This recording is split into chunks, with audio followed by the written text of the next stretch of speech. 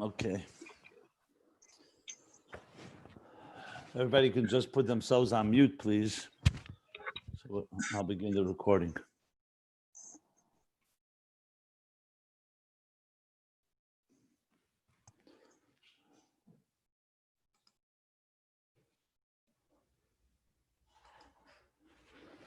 So in Hemshech Tafrei Sadik Daled, that's the Frierdiker Rebbe's Hemshech 5694, page 51. I was just finishing up a summary of the Frierdiker Rebbe, summing up all the themes that were discussed actually through this entire last discourse in Ayin Beis. Remember, this is the Hemshech Ayin Beis cited by the Frierdiker Rebbe and explained in his own series of discourses delivered 18 years after the Ayin Beis was delivered. So the Ayin Beis was delivered and written in 1915. This is in 1933. And so we're almost at the end of this paragraph on page 51. And I hope it was all uploaded. If not, I know that Cheskel put it up on the group. And this is all really an elaboration on page 1145 in Ayin Beis.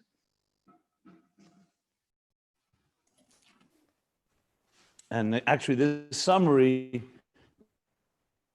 is more than just 1145. It begins 100.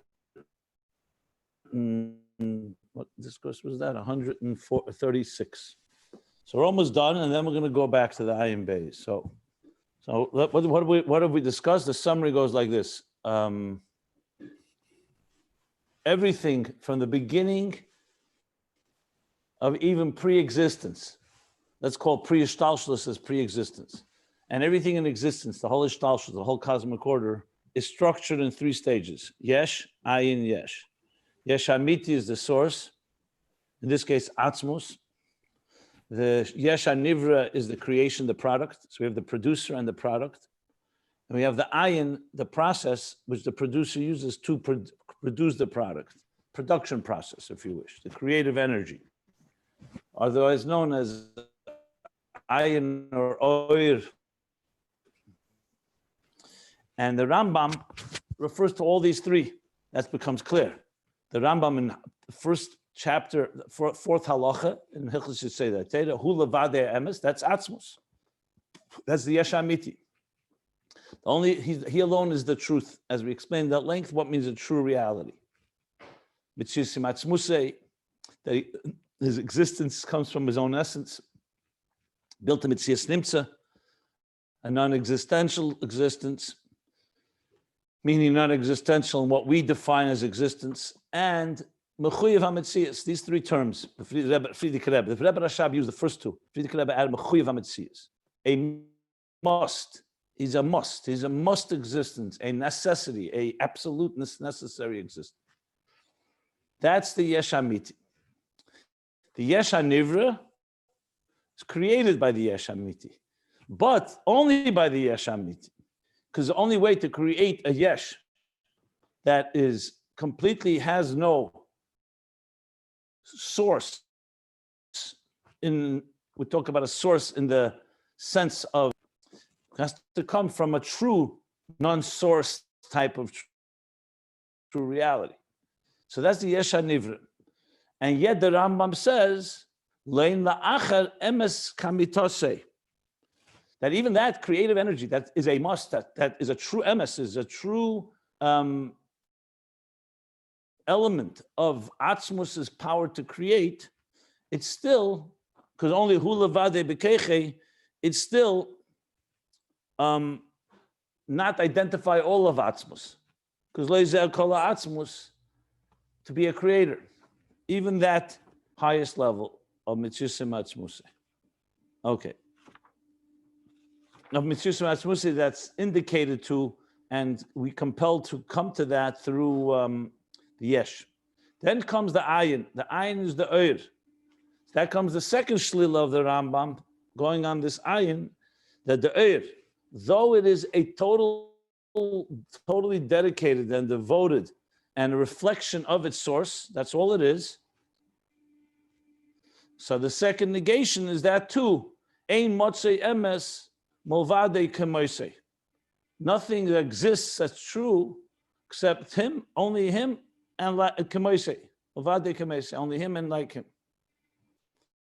That negates the oyer, as he explained back on page, the end of last discourse on page 40, what the significance of this negation is and why you need more concentrated, concerted effort to understand this, because the oyer has so many of the divine qualities, and yet it is not motzei emes kamitase. Also for the reasons that we learned. What does kamose mean? Kamose. What? Kamose, like him? What does that mean? The Rambam says, milvade kamoise. What does that mean, kamose? Like him. So what could be like him? I mean, I don't even know. Did you ever, I missed We discussed We did? this at length. First time, this is the language of the Rambam. Yeah, milvade kamoise, meaning, ein motzei emes milvade, except him kamoise, like him. There's no emes like God. Like God. Oh, like God. Oh, low. Oh, I see. I thought it said except him and Kamosi. Okay, I got it. Okay.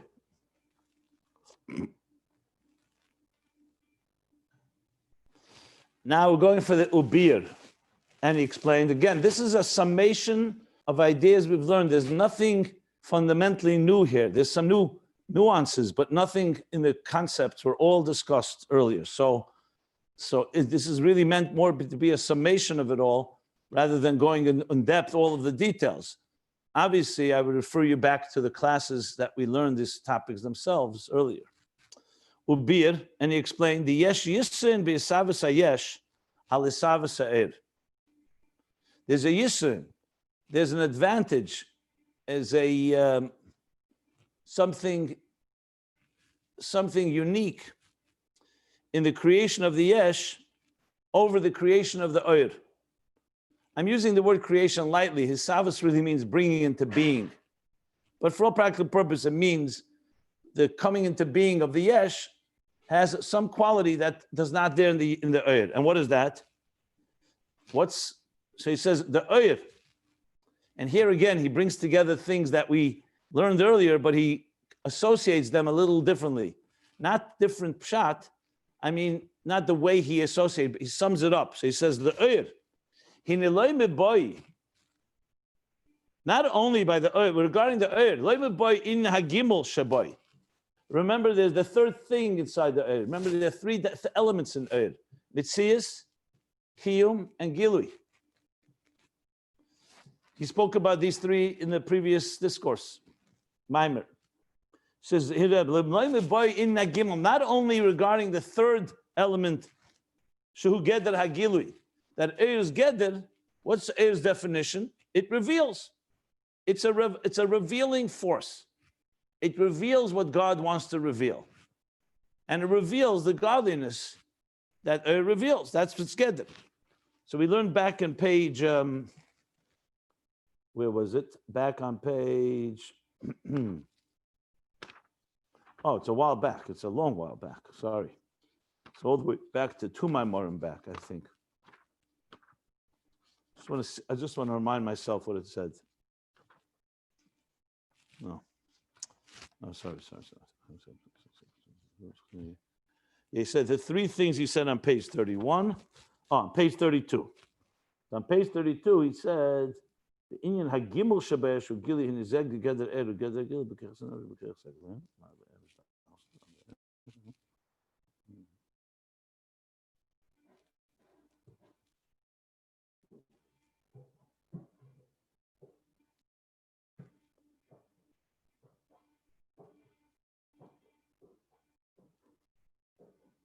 okay, so not only regarding the third thing of Gilui, She'ena Meir ala Atzmus.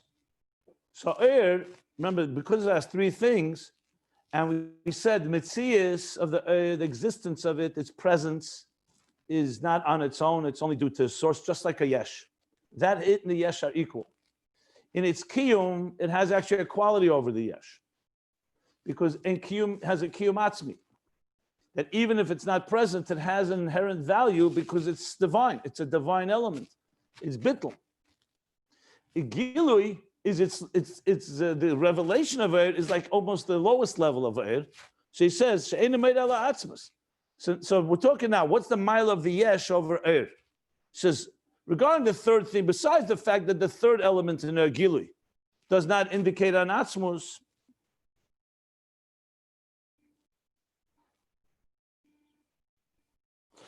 not only that, but the general the klolus inyone, the klolus inyone, the general concept, the general idea of Eir, humadrega tachtena de Eir Ein Sof Baruch Hu. We also learned this, is the lowest level of Eir Ein Sof Baruch Hu. Because if you remember, he said, all it is a reflection. Eir doesn't have any real value besides being a reflection. So from the point of view of Atzmus is the level, the lowest level. So not only mitzad the gilui of it, gilui for sure doesn't indicate an Atzmus, like we learned that Atzmus is not a moir. He's not defined by gilui. So he's saying even the general air, also the mitzias of air, the kiyum of air, is also only a madrega tachtena in Ein Sof. This we learned before. I'll just refer you to what page. On the top of page 39 is where he says, Yesu shvele v'tachtena shebe'er Sof Baruch Hu.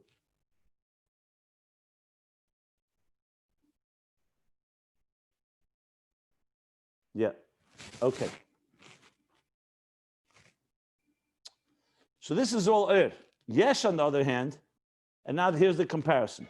Avlisavus hayesh, and this is the quality that the yesh has. The creation of the yesh, hinelei zu bavad. Not only shemeid ala atzmus, that it indicates an atzmus. Why? Because hu levade. Oir tells you there's a source, but it doesn't tell you anything unique about the source, unless you know it from the creation. In other words, when you study Oyer, the nature of Oyer does not have an atzmisdik nature. It has a bitteldik nature. So we know it. Whatever God wants, it conveys. No problem. But it doesn't have an atzmisdik element to it. So with Yesh, on the other hand, not only that it indicates an atzmus, and that's why we describe God as a creator. This is not a description, Atzmus, God forbid, because we can't describe Atzmus. It's a new language he didn't use before. But it's telling us, what it is. It's not saying God is defined by being a creator. We're saying the creation tells us that God has the power to create, which in turn tells us something about Atzmus. That's how he's explaining it here. Kenu b'peil. Again, it's not a contradiction to what we learned earlier. It's a little more words the Frierdiker Rebbe is using. So besides that, moreover, in other words, besides the fact that the yesh does indicate an atzmus, the Beira, the creator, and he's not negating what he said with the Rambam, because remember, God is not limited also in creating a yesh. That's why ein la'acher emes kamitose. So what he said a few lines before is not contradiction. This, because the fact is the nivra, the creation, the yesh, does tell us about atzmus. Except atzmus is even greater than what it tells us about atzmus, basically. So Eid Yeser, not only does it indicate Eid Yeser, the savas hayesh machriach. So moira and machriach, remember those are two words we repeated many times. Moira means to indicate. Machriach compels. So you could say something, you study a product and it indicates on the producer that produced this product. But machriach is even stronger. Because machriach means it forces us, not in a bad way. Meaning machriach, it is an absolute proof. It compels us. It compels inyan atzmus yisbarach v'yasala. And the Frierdiker Rebbe now, this is an addition that we did not, again, it was implicit but not explicit. He says, Upirush machriach. What does it mean, machriach? Remember, machriach can be confused in Hebrew. Someone forces someone on them. I machriach, I force you to do something.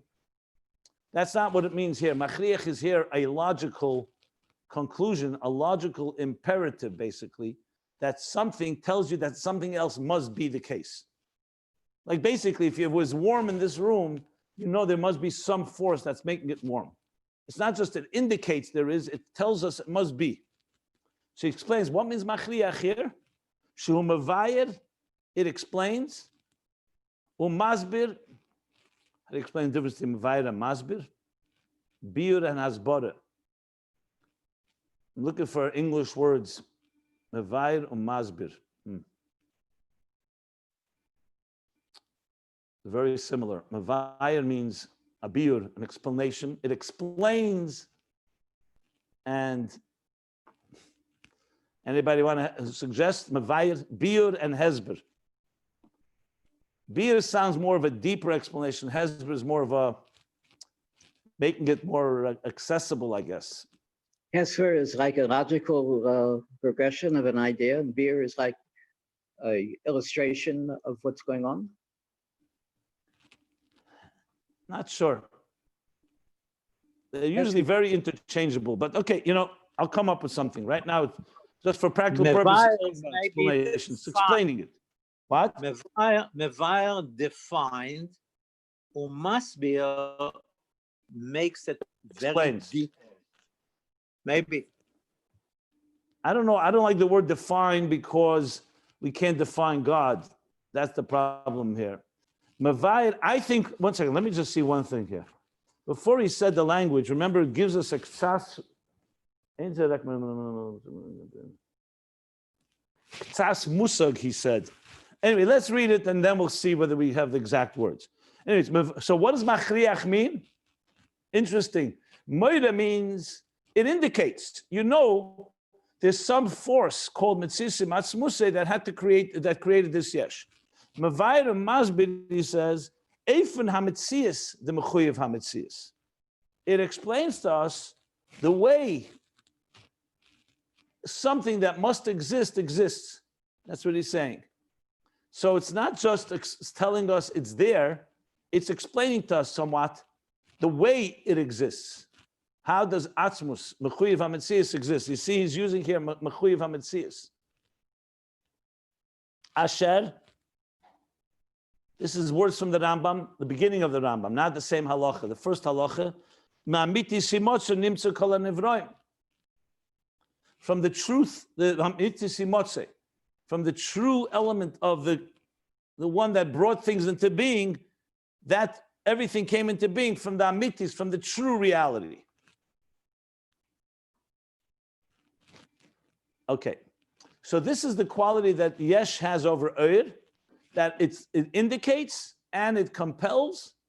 And he says, what does compel mean? That it explains to us the eifen, the way God is. Oir only conveys whatever it conveys.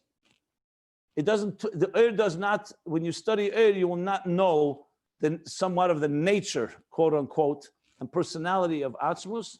And the yesh will tell us, and machriach, he says, is mavayir masbir. Okay. But there are extra words here, because before, the exclusive expression was mitziusim atzmuse. Because nageres kedesh, he doesn't mention mechuyev hametzias, he doesn't mention built metzias nimtza. He only says that a yesh that has no ilah v'siba, acheres, it doesn't have any other cause, obviously besides atzmus, and it's create yesh ma'ayin ve'efes hamuchlat.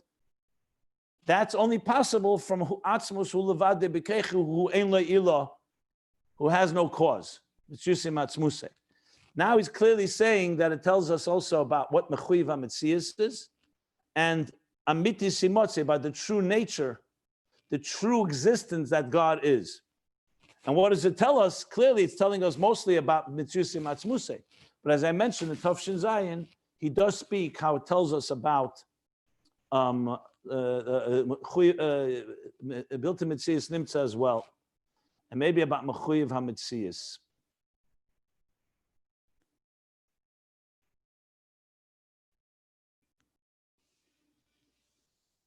The bottom line is, as I said a number of times, that if you only had Atzmus and Oir and no Yesh, you could come away with the conclusion that God is nothing more than like a sun. A Moir, there's the source of the light and the light. What would you know more than that?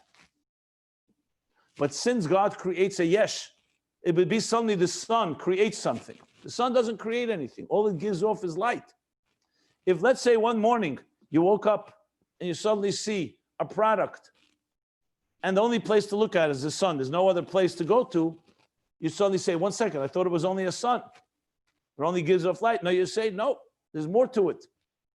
Obviously, it's a limited example, but the same here. You suddenly see a Yesh, and then you realize the Creator is more than just a source of light. And what is that? That's what it tells, the Moira and Machriach. So essentially, you could say that the more you study the Yesh, ironically, the more you have a more of an understanding of the way Atzmus functions. And I explained that mostly it's with the independence that we have, the individuality, the independence, the sense of self, that we have a sense of self. Oir does not have any self. There's no such thing. It doesn't have one iota, one fiber of it. Nothing about Oir has self. I think that's a good word here also to use, self. We have a self. Again, self does not mean selfish. And it doesn't mean that you're using it in the wrong way, but there is a consciousness of self. That's what the Yesh is. And even when you talk That's about the only indication that Moira Atzmus. 1 second. Only 1 second. Even when you talk about Daimon Sameach Chaim Medaber, whether a stone has consciousness is not relevant here. It's not about, we're not talking about mental consciousness. We're talking about a sense of self. There's an identity. When Oir, there's no self. The self is only there to extend and express Atzmus. 1 second. Where it gets more complicated is, 1 second, if it's expressing Atzmus, Atzmus has Metzusim Atzmuse. So why is the Oir not expressing that? And the answer is it is. But it's not due to the Oir. Like we said, the Oir is not a personality of the Oir. It's not because the Oir is doing that, it's because the Oir is connected to the source and it's revealing. So B'mela, it reveals that part of the Atzmus. But it's not, the Oir itself doesn't have anything that you would say, you study Oir, you know it's coming from Atzmus. Oir is almost like incidental because I reveal everything from Atzmus. I also reveal these superior qualities, as we learned. In addition, God could have made it that the Oir shouldn't reveal certain things. We discussed this, whether the Oir reveals everything or not. You know, it's not 100% clear here, because on one hand, in the end of the last Maimer, he did say that Yesh has the chsaron, that it's only one kav, and it's not the equal, that radiating and not radiating, lahoyer and loy lahoyer, the capability to reveal, the capability to not reveal is equal. And the Yesh doesn't show that equality. It was implicit that the Oir does. So in other words, the Oir Ein Sof has both Maila Aden Kit, Mata Mata Aden Tachlis. Again, it wasn't explicit, but it sounded like it. And additionally, yeah, okay. I think that from Mitziusum Yatzmusu is not Machriach, an intelligent being, a supreme being. It could just be a source, which is that nature. Yeah, I didn't say intelligence. I didn't use the word intelligence. Okay. No, because there's intelligence in Atzilus. Chachma Bina Das, Moichin. Okay. Intelligence exists in all of Ishtalshlis. So that actually is a revelation of God's intelligence, which is Giluyim, not Atzmi. Right. That Mitziusum Yatzmusu could be, pardon me for saying this, could just be a factory which creates things Mitziusum Yatzmusu. But only the Yesh has that relationship with that. Everything else, we're not talking about intelligence or emotions. I said a sense of self. That's the word I use now. So I'm not sure. What are you're asking or you're saying? What I'm not sure what you're. It doesn't prove there's a God. What's that? Are you asking something or you're saying something? Let's start with that. I guess I'm in the middle. I don't think it proves that there's a God. The fact that What doesn't prove? I'm not sure what doesn't prove. the fact that there's a yesh and the source has to be a mitziusu miatzmuso. That's what the Ageres HaKedesh says it does prove. And he says machriach here, that it gives us an explanation. What do you mean by proof? You mean proof that God exists? Yeah. That's a different, who's talking about proofs now? He's talking about what it indicates. A proof is ein davar eses atzmei is the proof used. Nothing can create itself. All Whether right. it's or yesh. Are you talking about that there is a God, or we're talking about something about what atzmus is like? That's what we're discussing here. He's not discussing whether there's a God or not. He's discussing whether we know something about what this real amitisi motse, the real nature of the true existence, which is God. And he's saying, yesh, that's the whole Ageres HaKedesh, that the yesh is hulavade. Only God could create a yesh like this. And the does not have that element. That's the only thing he's saying here. Okay. Moide umachriach. That's that. Am I correct? Am I correct in saying that mitziusu miatzmuso, our existence has to come something mitziusu miatzmuso is not a proof on a supreme being. It's only an indication. The words don't, I'm not sure. I have no comment on that. Okay. I don't even know where it's coming from. Why are we going there? I just wondered, we're talking about the mitzius of the mahus. Just wonder what it teaches, how far we can go to say we're taught by. You're using language that I would not use here. Okay. Because he doesn't use this language. So Fine. I think you fine. just.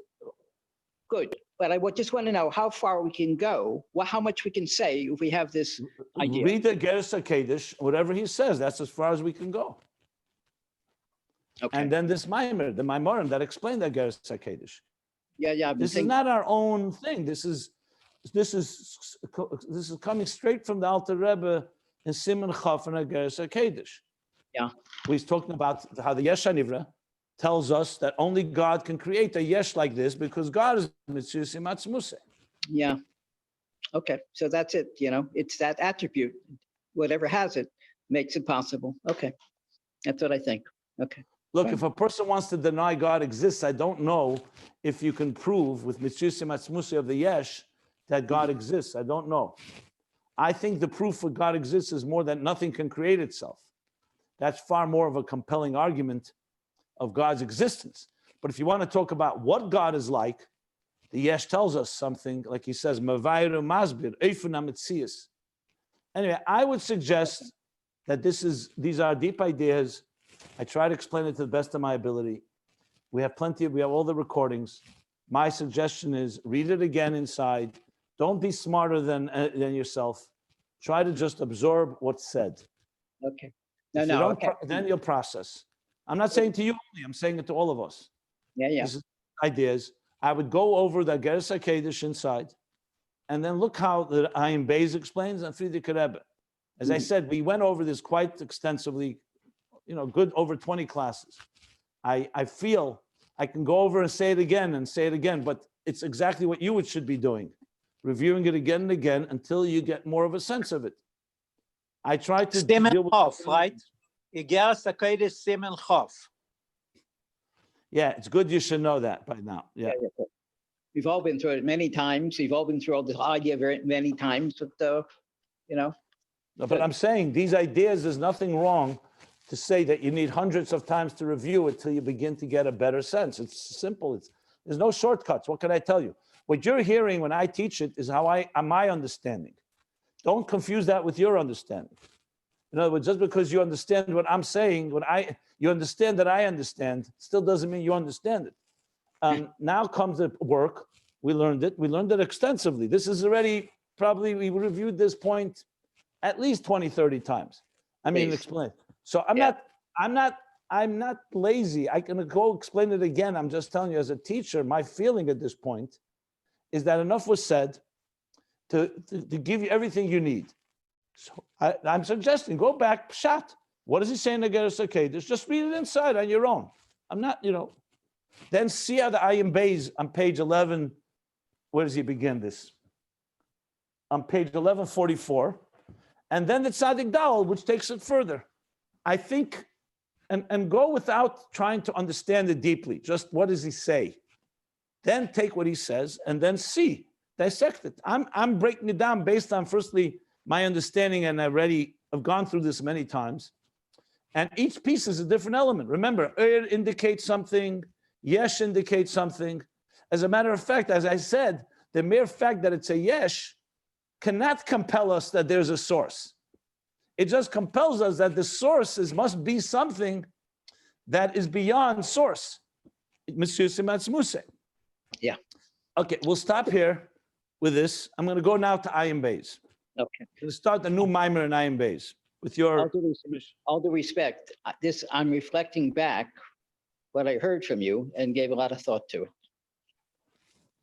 I'm not denying that. I'm just saying, so look, if you have a question to me on a specific thing, I can try to answer it. But when you're saying you're bringing together Muhus Mitzias, I tell you the truth, I didn't even bring that in here. Okay. I don't even know if it relates to here, to be honest. Okay, we can drop all that. I just wanted to know how far one can go to say Mitziusum Yatzmuso. I'm not sure what that means. What does that mean? Yesh tells us. What can one conclude about a supreme being from that concept? That Atzmus is Mitziusim Atzmuse. That whatever the source is, the supreme being, that's what it's like. Okay, that's what we're doing. That's good. That's all I wanted to know. I mean, the words you used, Ksas Musag, you give us Ksas Musag, a little sense, a little understanding in the truth of Faranankai. What is the truth of real existence?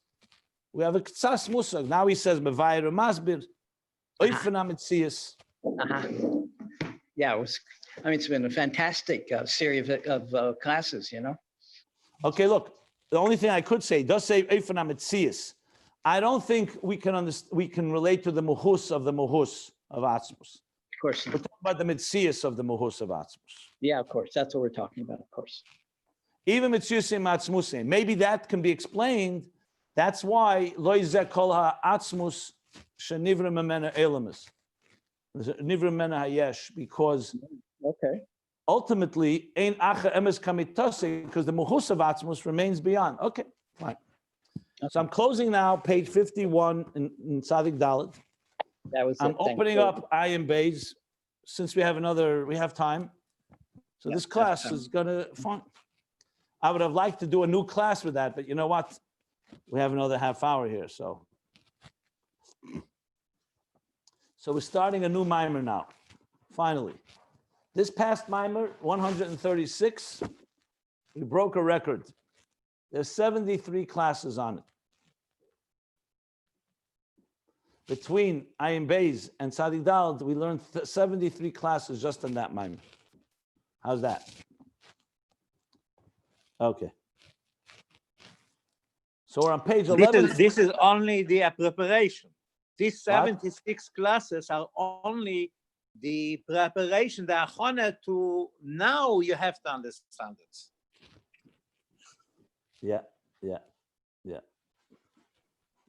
73 classes that spanned BC, AC, before Corona and after Corona, or still in the middle of it, whatever. Because we began this long before Purim. Have to be very careful. Somebody mamish has it the second time. Really? Yeah, absolutely. They tested. He actually infected one of his children. They know for sure that he got it again. Or he never lost it. It can last for months, a virus. That makes more sense. He had antibodies, had everything, you know. Well, maybe it's a virus that's just dormant and it just sits around and it doesn't just disappear. That's what they're trying to figure out, right? Well, also it could be that but his symptoms may be more minimal. Are they aggressive symptoms? Is it dangerous? Thank God, they are not. They're not serious. Thank God. Okay, that's good news because we haven't. Thank God, al tiftach, but we haven't heard any of the more serious versions in the last while. So that's good news. There are a few miracles walking around the street. Okay. We're all walking miracles at the end of the day. Some are more obvious. Okay, so let's Hefsig b'parsha l'parsha. Let's move on. We're on page 1147. We're going now to Maimer 137. It's called B'chedesh Hashvi. This was said cited Shmaya Ayin Beis Rosh Hashanah. Tov Reish Ayin Vav. The Rebbe Rashab calls it Ayin Tov Reish Vav Atru. Okay. The reason for that is, I already pointed out, because Tov Reish Ayin Vav, when you write it out, can have a negative implication. It's a version of the word Ra. Now this becomes a version of the word to crown. Or also from the word Atara. Yeah, Torah, Crown. crowning. Yeah, to crown. Isru, you will crown. Thorough. Probably that's the second thing, a Torah, because you could say Tiru, it's a good thing. Like you should be shepherds. You should No, get. but even from if the it's good, it also could be translated as in the wrong way. Okay. If you remember, the same thing with Tov Reish Ayin Hey, he never wrote Tov Reish Ayin Hey. He wrote Hetat all the time. Hetat. Hey Ayin Tov Reish. For example, the year Tov Reish Tzadik Ches, which is really bad, and it was very indicative of the time, 1938 was not a good year. The Frierdiker Rebbe used Tirchatz or Chatzeres, or he never wrote Tov Reish Tzadik Ches. I mean, you'll see this all the time. Years, like the Rebbe of year Tovshin Mem Daled, which has the word Shmad. The Rebbe wrote Tovshin Daled Mem. That's how he wrote that year. Tovshin Daled Mem, not Tovshin Mem Daled. But that's common in history. That It wasn't Jews- the greatest year anyway. What? It certainly wasn't the greatest year. Which year? Talking about 1938? No, I'm talking about the. 84. Why no, was I 84? was saying- not- I was Talking thinking- about No, Mendal. I was thinking Nundal. Sorry. No. Look, this doesn't mean just using different words doesn't change realities. It just means we're careful with language. We're very careful how we say words. That's the big thing. Okay. B'chedesh hashvi be'echad lachodesh. This is how the Maimer begins. So, of course, the beginning of the Maimer is going to be not related, and then the Rebbe Rashab is going to connect it all. In the 7th month, on the first day of the month, which of course the 7th month is Tishrei, from Nisan. Nisan is B'chedesh Harishon. The Isa b'Medrash Rabbah Emer Pasha Chavtes. It says in Medrash Rabbah, Pashas Emer, where this pasuk is written. Pasha Chavtes, chapter 29, Ksiv. The pasuk, the verse says, a different verse. All Elokim B'Sruah, Hashem B'Kel Shefer, Havaya B'Kel Shefer.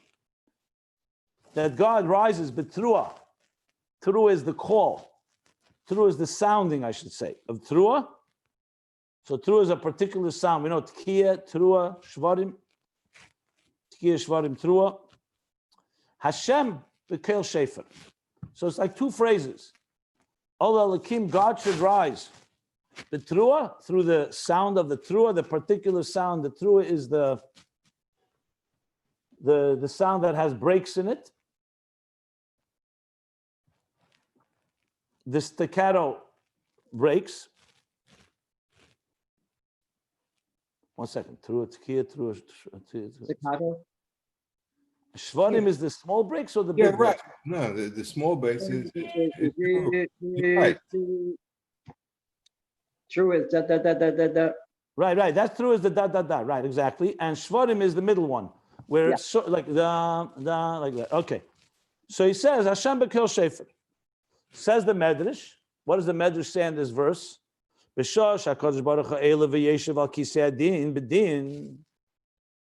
the time when God, means he climbs up, he rises up, he stands up to sit down on the throne of judgment, to sit down on the throne of judgment to judge.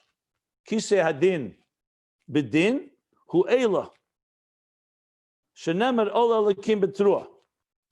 Bedin hu oila. I'm sorry, you're right. I didn't read it right. Then others, Eberster rises to sit down in the judgment, the seat of judgment, or the throne of judgment. Bedin hu ela. He's going up with basically with the attitude that he's going to judge. Shenemad ol elikim besrua, because elikim is midas hadin. So elikim is now. It's like when God is assuming the position of a judge. So that's what the Medrash is saying. So ol elikim betrua ubeshah she Yisrael neitlim shefreihen v'taking lefanov. When the time when the Jews take the shefer, they take their shefreis, they take their ram's horns, and they sound it before God, lefanov. So then, Eimed Mekisei Din, he rises from the throne or the seat of judgment, v'yeshev al kisei rachamim, and takes the seat of a different throne called the throne of, or the seat of compassion.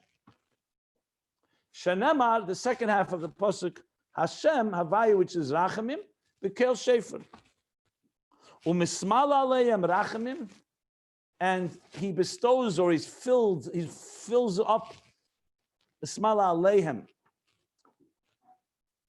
Basically, he bestows on them abundant rachamim, compassion, u'merachem aleim, and he's merciful upon them. V'heifech aleim, midas hadin lemidas harachamim. And he changes, he transforms, converts the midah of din, the attribute of judgment, transformed now to the attribute of compassion. So it's not just he changed now a different mode. It's like you go before God and he's in more judgmental state, in a judgment mode, and he moves now to compassion. He says he actually transformed the judgment into compassion. And when does all this happen? Emasai b'chedesh hashvi. This all happens in the month, in the chedesh hashvi, which is the pasuk that this medrash is on. It happens in the 7th month, which of course the first day of the 7th month, which is Rosh Hashanah. So you can imagine there's questions on this. What is this exactly saying? Because what is Teruah then? So he's going to ask, V'tzarech lahavin. Now my first question was, so what's B'teruah? Ola Lakim B'teruah. In other words, Teruah is not referring to Shefer, because Shefer already transforms it to Rachamim. So whatever Teruah is, I'm not positive. Maybe he means Ola Lakim B'teruah on the day of Rosh Hashanah. Teruah meaning referring to Rosh Hashanah. He sits on the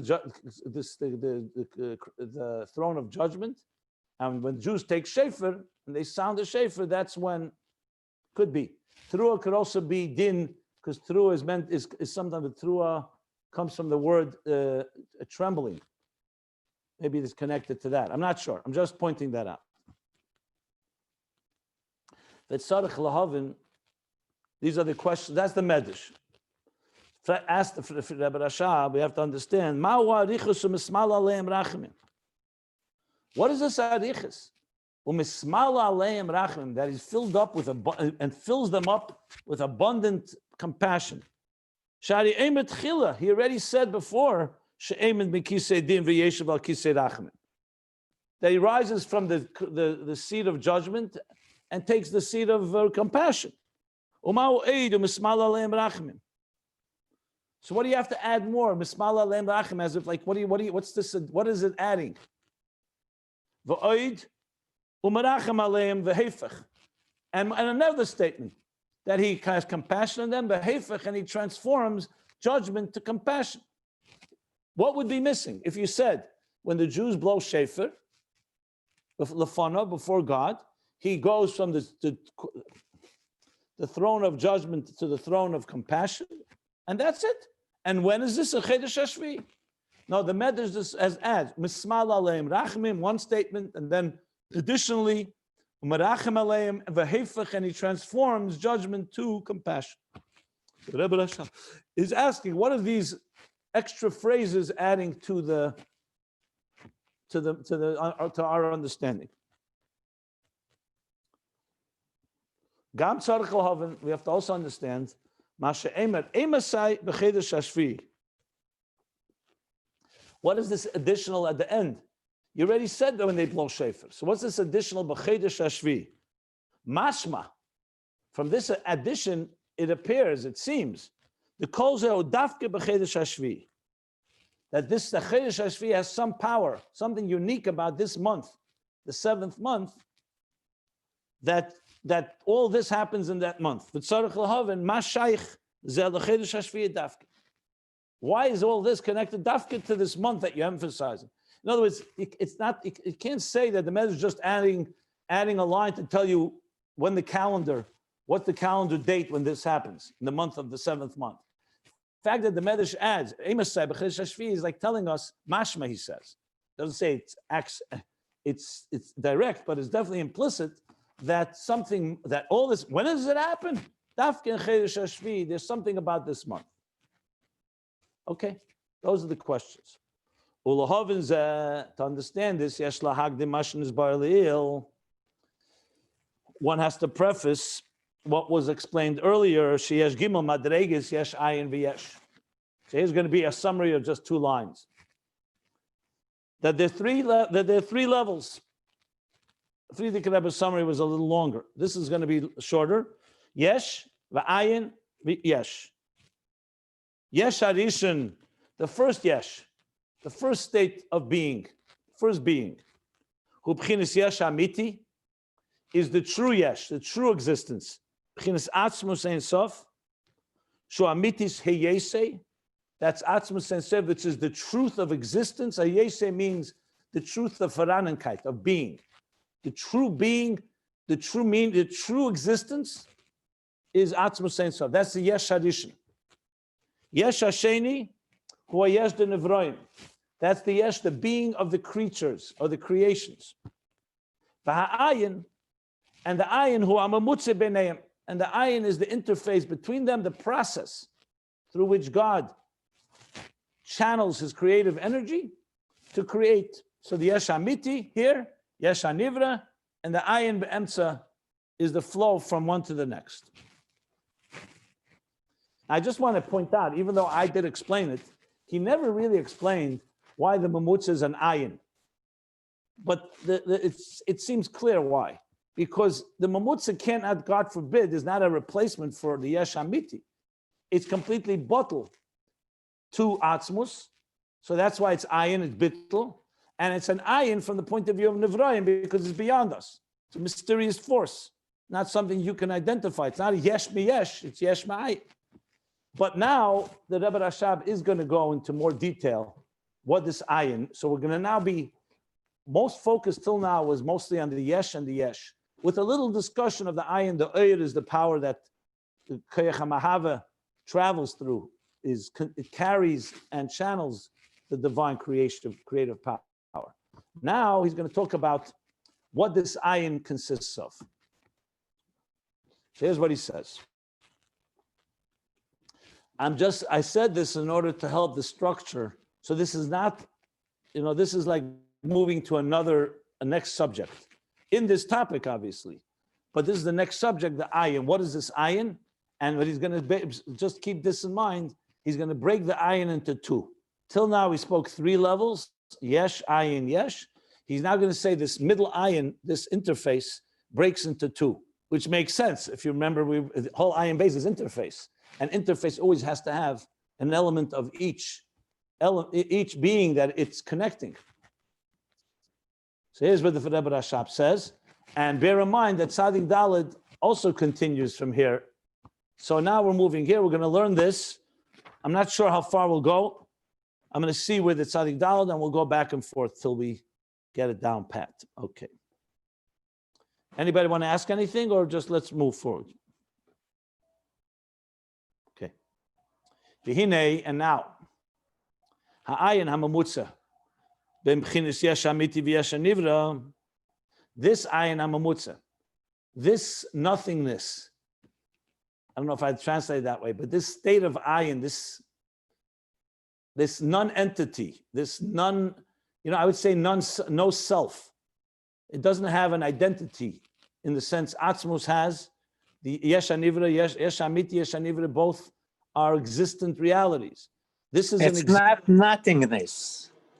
I It just doesn't said have, but yeah. it's hard to say nothingness is an interface between a yesh and a yesh. I don't know if that's a good word to use, but I'm looking for the right. I mean, it could be nullification. I would say bittul. This bittul, this state of bittul, it's something like what Chassidus talks about, where something has to go through the transition.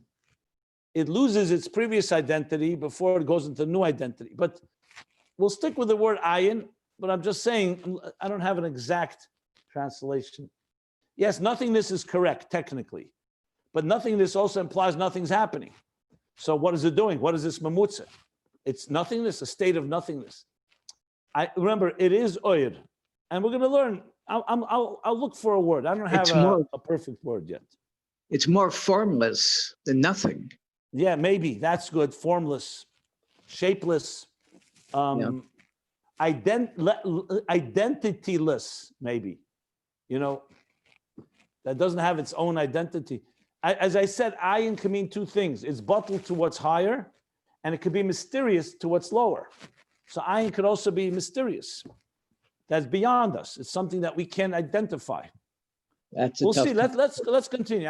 I wanted to. Sometimes you don't have a word by making a statement that I don't have an adequate word. That alone is helping understand a bit what it is. So that's why I just wanted to make that clear. Okay. It says Yedua. This ayin interface between the yesh amiti and the yesh hanivra, between the true yesh, meaning the true being, atzmos, and the created being, Yedua, it's known, shehu nechlak l'shtayim. It breaks into two. It separates into two. The ayin. V'hainu, the b'chinas ha'ayin, k'may shehu b'mechinas yesh amiti, the ayin, the way it is, and it emerges, mibchinas yesh amiti, from the level of the true yesh, the true being, atzmus. Lo yzeu ayin nasa b'chinas mokel yesh hanivra. It's not the same ayin, not the same level of ayin that becomes the source for the yesh hanivra. So till now, we understood like this: the yesh amiti is here, yesh hanivra is here. I don't mean space; I mean just conceptually. And there's an ayin, there's some channel, which we called shapeless, formless, bittul, oyer, whatever the word is, that stretches from here to here. That's like the process. Now remember, God didn't need it, but he wanted to make it because this becomes the way God connects with us and the way we connect with God. Remember, he said, why do you need oyer? Because it's shalei be'erech. So he needs something that is more commensurate. So now he's saying, no, this channel that we're talking about, this interface, breaks into two. The ayin, as it's coming and reflecting what atzmus from atzmus, is not the same ayin that is the source of the yesh. So basically, the ayin breaks into two parts. One, as it's reflecting atzmus, and the other, as it's becoming the source of existence. That's what he just said. Now remember, it helps a lot, at least to me for sure, that when you understand that God did all of this in order for us to have, firstly, an understanding of his process, and secondly, a way back to trace the steps back through Avodah that we can reconnect, then all this becomes so much more alive, because you're realizing this. Why do we need this? Because this all makes it more and more accessible to us. Because then we start saying, oh, that's interesting. So it's not just atzmos, yesh, amit, yesh, and we have an interface, but the interface itself clearly has many levels. Generally two, as he's saying. So it just makes much more sense that this process is somewhat, we can somewhat fathom and some comprehension in it. As well as I said, stepping stones. Because you'd ask the question, fine, how does the yesh hanivra get back to the yesh amiti? They're so far apart. So you say the ayin, but the ayin is also a very big difference. Erein sof lifnei hatzimtzum, and Erein sof, as it goes through all the tzimtzumim and concealments and ishtalshus and parsayis and mesachim and ha'ara, reflection of reflection, until it gets into the kelim of bria and yetzir asiyah, until it gets to this world. So you say, how am I going to get from here to there? But as soon as you say the ayin breaks into two, say, so the bridge is now a little more accessible. There's a bridge, part of the bridge that relates to us, that we can relate to, I should say, and part of the bridge that as you get closer, that relates more to Atzmus. So the challenge is going to be now, how do we travel through this ayin, the ayin from the Yesh HaNivra to the ayin of the Yesh HaMiti, ultimately to the Yesh HaMiti. I'm just laying it out to understand why do we need to go here? Because this is critical. And if you put this in the context of all of Ayin Beis, it's tremendous. Because that's what Ayin Beis is doing. It's an interface. So we've talked about Keser, Atik, Arich, Moichis Tema, Chachmas Tema. We talked about Atzilus, Ak, the Kav. I mean, we've talked about so many aspects of interfaces. This is really bringing it to the full picture of how a Yesh HaNivra is going to get to a Yesh HaMiti. And remember, the operative question, how can a post-symptom reality, how can a post-symptom consciousness connect with a pre-symptom reality? Remember the big question back, Pesach, Maimorim, the whole discussion, what the tzimtzum is. And the answer is that you have to transform the tzimtzum. So this went into the whole V'yadaita Hayom, which is what we're discussing, which is the whole process of Gilui and Helam, Das Elyon and Das Tachten, which is, of course, the whole theme here of how we start from our level and climb, and we're going to get to relate to the ayin of the Yesh HaNivra and all the way to the Yesh HaNivra. So that's how it all ties together. I know this is usually the Sunday summation, but being that we're starting a new section here, and it's all part of explaining these ideas, I just wanted to make sure we have the flow correct. Okay. So let me just finish another line and maybe we'll stop. Good. V'hainu, what? What's that? The beginnis ha'ayin, commotion beginnis yesh hamiti, lo yizeh ha'ayin nasem beginnis mokel yesh hanivra. Why? I didn't read this yet, but I explained it. Ke'ena be'erech hayesh klal liyas mokel elov.